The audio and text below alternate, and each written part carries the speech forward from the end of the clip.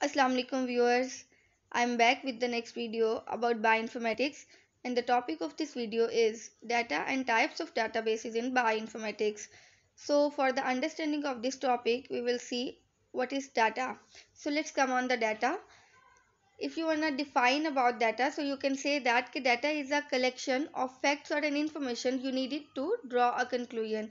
तो अगर आप किसी भी चीज़ के बारे में कंक्लूजन निकालना चाह रहे हैं तो उससे रिलेटेड आप इंफॉर्मेशन गैदर करेंगे, फैक्ट्स इकट्ठे करेंगे, ठीक है। तो उस सब चीज़ों को, उन फैक्ट्स को, उस इंफॉर्मेशन को जो है आप डाटा का नाम दे सकते हैं। और बायोइन्फॉर्मेटिक्स में जिस तरीके का डाटा हो सकता है that is about genome sequence, किसी भी प्रोटीन या न्यूक्लियोटाइड के सीक्वेंस से रिलेटेड जो है वो डाटा हो सकता है, उनके स्ट्रक्चर से related, metabolic pathways, enzyme, chemical से रिलेटेड, किसी भी डिजीजेस से related, and literature. If you wanna analyse about some kind of literature then उससे रिलेटेड जो इंफॉर्मेशन या डाटा आ जाता तो दैट इज़ अबाउट लिटरेचर। जी, अब हम बात करते हैं डेटाबेसेस की। तो डेटाबेसेस जो है, डेटाबेसेस आप कह सकते हैं कि these are storehouse of information. तो जो भी डेटाबेसेस जिससे भी रिलेटेड होता है, ठीक है, तो वो उसी से रिलेटेड एक इंफॉर्मेशन को स्टोर करता है। तो डेटाबेसेस जो है वो अगर हम देखें तो वो कितनी तरह के डेटाबेसेस हो सकते हैं। तो main there are three kind of databases, you can say that. तो उस पे जाने से पहले हम पहले यहाँ पे डिफ़ाइन करते हैं डेटाबेसेस को। तो डेटाबेसेस को जिस तरीके से यहाँ पे डिफ़ाइन किया गया है कि databases consisting of biological data like protein sequence, molecular structure, DNA sequence etcetera in an organised form. ये डेटाबेस जो है वो एक बायोलॉजिकल डाटा को अपने अंदर स्टोर करके रखता है। वो बायोलॉजिकल डाटा किसी भी प्रोटीन सीक्वेंस से रिलेटेड हो सकता है, मॉलिक्यूलर स्ट्रक्चर से रिलेटेड हो सकता है, डीएनए सीक्वेंस से रिलेटेड हो सकता है, और इन तमाम डाटा को जो है एक ऑर्गेनाइज्ड वे में जो है वो स्टोर करके रखता है।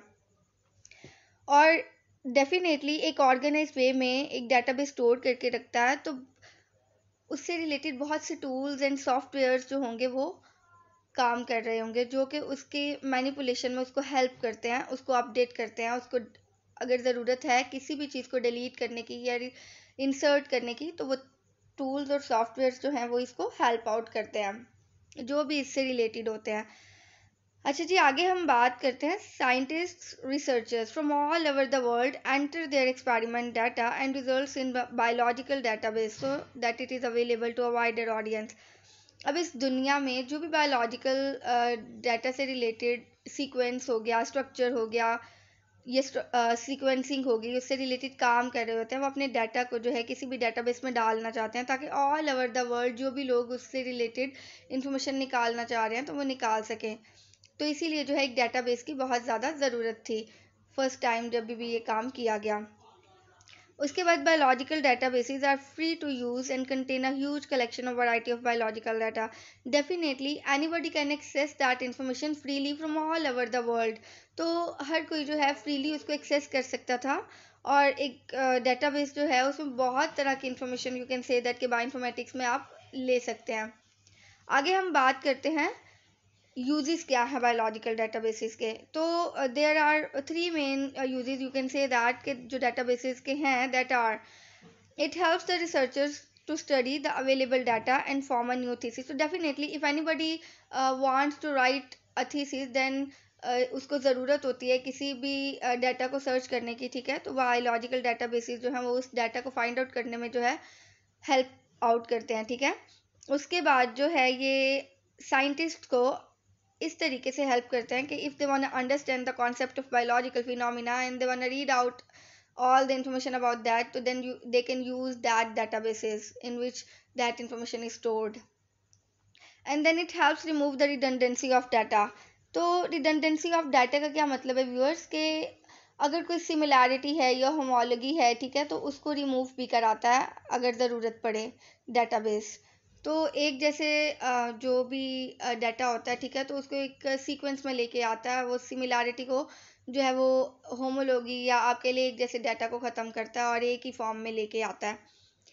तो ये तो थे इसके यूजेस। अब हम बात करते हैं टाइप्स की। तो there are three basically databases, you can say that, which are involved in biological databases, that are primary databases, secondary databases and composite databases. So let's discuss about that one by one. So first of all we will discuss about primary database. Primary database जो है आप इसको archival database भी कह सकते हैं, because primary database में जितनी भी इंफॉर्मेशन है वो हम किसी एक्सपेरिमेंट से जो है वो लेते हैं, ठीक है, तो वो हम आर्काइव कर रहे होते हैं, उससे ले रहे होते हैं, तो इसीलिए इसको आर्काइवल डेटाबेस भी बोलते हैं. नेक्स्ट जो यहाँ पे बात लिखी हुई है, the primary database is populated with experimentally derived data like genome sequence macromolecular structure etcetera. तो प्राइमरी डेटाबेस जो है वो डेफिनेटली इस हवाले से जाना जाता है कि उसमें जो है डायरेक्टली एक्सपेरिमेंट से जो इन्फॉर्मेशन ली होती है वो इसमें डाल दी जाती है, चाहे वो किसी भी जीनोम सीक्वेंस के हवाले से हो या उसके स्ट्रक्चर के हवाले से हो, ठीक है, तो वो डायरेक्टली जो भी डाटा हम फाइंड आउट करते हैं किसी भी एक्सपेरिमेंट के बाद, ठीक है, तो हम प्राइमरी डेटाबेस में इंफॉर्मेशन को डालते हैं. अच्छा, जो इसके बाद प्राइमरी डेटाबेस में कोई भी मॉडिफिकेशन नहीं हो सकती डाटा में, यू कैन से दैट, क्योंकि एज सच जो है एक्सपेरिमेंट के बाद हमने डाटा को डाला होता है तो उसमें मॉडिफिकेशन नहीं कर सकते. उसके बाद जो है unique data obtain from the laboratory and are made accessible to normal users without any change. तो डेफिनेटली जो है जो भी इसको एक्सेस करने की कोशिश करेगा वो इसमें कोई भी रद्दो बदल के बगैर जो है इसको यूज़ करेगा और उसको एक्सेस कर पाएगा. और हर लेबॉर्ट्री से हर तरह का यूनिक सा डाटा आता है, तो डेफिनेटली उसको एज सच जैसे डाला जाता है डेटाबेस में, उसके बाद कोई भी चेंजेस उसमें नहीं किए जाते. तो ये होते हैं प्राइमरी डेटाबेस का एक फीचर. उसके बाद जी एक सेशन नंबर की हम बात करते हैं. एक सेशन नंबर, जब भी कोई डाटा किसी भी डेटाबेस में डाला जाता है तो उसको एक सेशन नंबर दिया जाता है. वो एक्सेशन नंबर हर डाटा के हवाले से यूनिक होता है, हर एक डाटा का अपना एक्सेशन नंबर होता है. और वो एक्सेशन नंबर जो है अगर किसी को पता होता है कि इस डाटा का ये एक्सेशन नंबर है तो वो डायरेक्टली सर्च बार में वो एक्सेशन नंबर डाल के उससे रिलेटेड डायरेक्टली इंफॉर्मेशन पे जा सकता है. तो ये होता है एक्सेशन नंबर का काम. उसके बाद हम देखते हैं कि प्राइमरी डेटाबेसेस जो हैं उसमें किस तरीके के डेटाबेसेस हो सकते हैं. तो एक जो है न्यूक्लिक एसिड डेटाबेसेस आ जाते हैं, जिनमें फर्दर आप डेटाबेसेस कौन सी एग्जांपल के तौर पे ले सकते हैं, जेन बैंक एंड डीडीबीजे, ठीक है. उसके बाद जो है प्रोटीन डेटाबेस की एग्जांपल्स में जो डेटाबेसेस आ जाते हैं that is PDB protein data bank, Swiss plot and PIR protein information resource. इसके अलावा और भी बहुत से डेटाबेसेस हैं, लेकिन हम यहाँ पे सिर्फ इतने ही एग्जाम्पल्स को कोट कर रहे हैं. अच्छा, जो इसके अलावा हम बात करते हैं the next database that is secondary database.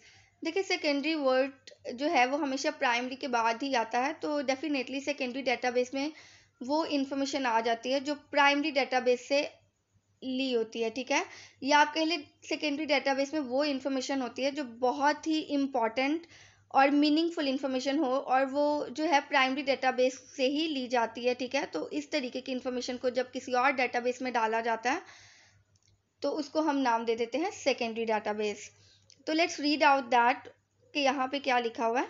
This kind of database analyse the result of the primary database. वही बात है जो भी हमने डिस्कस की है कि ये जो डेटाबेस है वो प्राइमरी डेटाबेस के रिजल्ट्स को एनालाइज करते हुए अपने डाटा को निकाल के तो इसमें स्टोर किया जाता है और उस पर डेफिनेटली फिर कुछ कंप्यूटेशनल एल्गोरिथम्स अप्लाई किए जाते हैं जिसकी बेस पे जो है वो मीनिंगफुल और इन्फॉर्मेटिव जो इन्फॉर्मेशन होती है वो सेपरेट आउट कर ली जाती है और उसको सेकेंडरी डेटाबेस में फिर स्टोर कर लिया जाता है. उसके बाद जी the data here are highly curated. Highly curated क्या क्या क्या मतलब है कि बहुत ही सोच विचार करने के बाद जो है एक इन्फॉर्मेशन को सेकेंडरी डेटाबेस में डाला जाता है. तो डेफिनेटली जो भी डाटा इसके अंदर ऐड किया जाता है वो बहुत ही क्यूरेटेड फॉर्म में होता है, बहुत ही आपके लिए सोच विचार और थॉटफुल तरीके से एक बहुत ही सेंसिटिव इन्फॉर्मेशन को ऐड किया जाता है आफ्टर दैट. उसके बाद जो है यू कैन से दैट क्या secondary database is better and contains more valuable knowledge compare to the primary database. तो सेकेंडरी डेटाबेस में डेफिनेटली मीनिंगफुल और ज़्यादा इंफॉर्मेटिव इन्फॉर्मेशन होती है और जो बहुत ही ज़रूरी हो वो प्रेजेंट होती है. तो सेकेंडरी डेटाबेस में जो है वो कह लें कि बेटर है as compare to primary database because it contains more valuable information. अच्छा जी, इसकी एग्जांपल्स में कौन से डेटाबेसेस आ जाते हैं. इंटरप्रो डेटाबेस आ जाता है जो कि जिसमें किसके हवाले से डाटा आपके लिए प्रेजेंट होता है, प्रोटीन फैमिलीज मोटिव्स या उसके डोमेन्स के हवाले से. उसके बाद यूनिप्रोट नॉलेज बेस आ जाता है, एक डेटाबेस जिसमें इंफॉर्मेशन होती है सीक्वेंस या उसके फंक्शनल इंफॉर्मेशन जो है प्रोटीन्स की उसके हवाले से. तो इसको आप डेटाबेसिस को इन डाटा के लिए यूज़ कर सकते हैं। उसके बाद आ जाते हैं जी हम composite database. Composite database viewers किस हवाले से काम आता है या इसको क्यों कंपोजिट डेटाबेस कहते हैं, तो अब हम वो डिस्कस करते हैं। तो the data entered in these types of databases are first compared and then filtered based on desired criteria. तो कंपोजिट डेटाबेस में यू कैन से दैट कि सिर्फ वही डाटा ऐड किया जाता है जो कि एक डिज़ायर्ड आप कह लें किसी भी चीज़ के हवाले से होगा, और उसके अलावा आप कंपोजिट डेटाबेसेस से कोई भी और इन्फॉर्मेशन नहीं ले सकते। सिर्फ वो एक डिज़ायर्ड आप कह लें डाटा के लिए ही बनाया जाता है कंपोजिट डेटाबेस, और उसमें जो है उसके हवाले से कोई भी और इन्फॉर्मेशन आप नहीं फाइंड आउट करते। तो ऐसे डेटाबेसेस जो कि स्पेसिफिक होते हैं, ठीक है, तो उनको हम कंपोजिट डेटाबेसेस कह देते हैं। और उसके बाद नेक्स्ट यहाँ पे क्या लिखा हुआ है, the initial data are taken from the primary database. तो डेफिनेटली हर जो डाटा चाहे वो सेकेंडरी डेटाबेस में ऐड किया जाता है या कंपोजिट डेटाबेस में ऐड किया जाता है, तो कुछ ना कुछ प्रोसेस लगाने के बाद प्राइमरी डेटाबेस से लिए हुए डाटा पे उसको फिर बाद में इन डेटाबेसेस में ऐड किया जाता है। तो primary database are essential whether you want to add data in secondary database or in composite database, and they are merged together based on certain condition। उसके बाद उन पे कुछ certain condition अप्लाई करने के बाद उन डाटा को आपस में मर्ज किया जाता है और फिर कंपोजिट डेटाबेस में ऐड कर दिया जाता है।